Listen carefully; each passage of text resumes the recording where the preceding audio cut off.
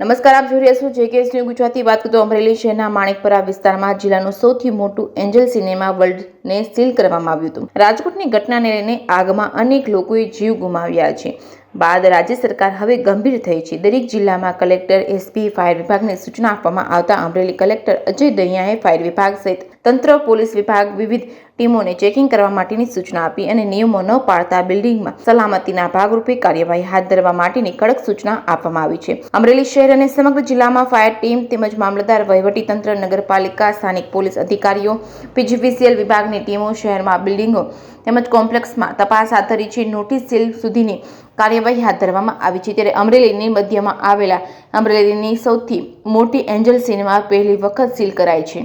અમરેલી શહેર અને જિલ્લાની જાણીતી એન્જલ સિનેમા વર્લ્ડ અને કોમ્પ્લેક્સમાં રહેલ એસબીઆઈ બેંકમાં સૌથી વધુ લોકોની દિવસે અવરજવર અને પબ્લિક મેળાવડાના કારણે ફાયર વિભાગ સહિતની ટીમો દ્વારા સલામતીના ભાગરૂપે સીલ મારી કાયદેસરની કાર્યવાહી હાથ ધરતા સમગ્ર જિલ્લામાં સિનેમા ધારકો, મોલ ધારકોમાં ફફડાટ વ્યાપી ગયો છે. અમરેલી ફાયર ઓફિસર એસસી ગઢવીએ જણાવ્યું હતું કે શહેરની મધ્યમાં આવેલ એન્જલ સિનેમા કોમ્પ્લેક્સ ખાતે ફાયર સેફટીની અપૂરતી સુવિધાના કારણે ફાયર ટીમ, પોલીસ ટીમ, આરએન્ડબી વિભાગ તેમજ મામલતદાર તરફથી વહીવટીતંત્ર ટીમ સાથે લઈ સમગ્ર કમિટી દ્વારા કોમ્પ્લેક્સને સીલ કરવામાં આવ્યું હતું. ફાયરને લઈને કોઈ દુર્ઘટના ન સર્જાય તે માટે પ્રક્રિયા હાથ ધરી છે.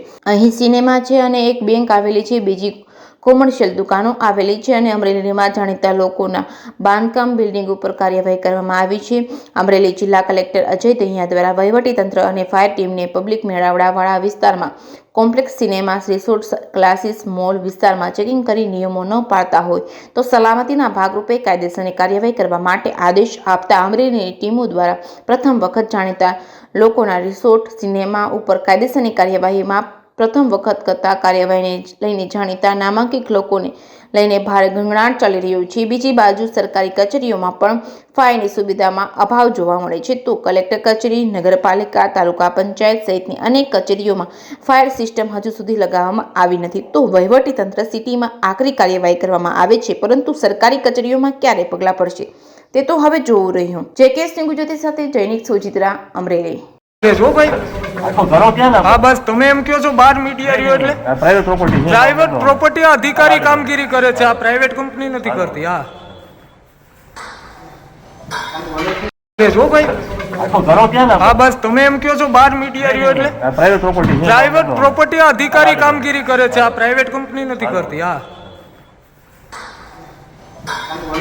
અમરેલીની મધ્યમાં આવેલું એન્જલ સિનેમા કોમ્પ્લેક્સ કે જેની અંદર સિનેમા ગૃહની એક્ટિવિટી કરવામાં આવતી હતી, સાથે સાથે બેંક અને તેમજ અન્ય દુકાનો હતી.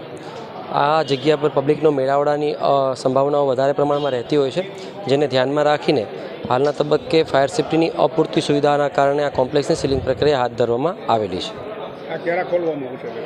જ્યારે પણ એ લોકો આ ફાયર સેફ્ટીની સુવિધાઓ પૂરી કરવા માટે બાંહેધરી અમને રજૂ કરતા હોય છે, એવા કિસ્સાઓની અંદર એમને કામ કરવાની પરમિશન અર્થે આ કોમ્પ્લેક્સને સીલિંગ પ્રક્રિયા ખોલવા માટે આદેશ ઉપરી અધિકારી દ્વારા આપવામાં આવતા હોય છે. સર, આજે ખોલવાનો આદેશ આપવામાં આવે સિનેમા છે અને એ સમય દરમિયાન કોઈ ઘટના ઘટતી હોય તો શું થાય? તો એની માટે માલિક અને ભોગવટો કરનાર જવાબદાર રહેતા હોય છે.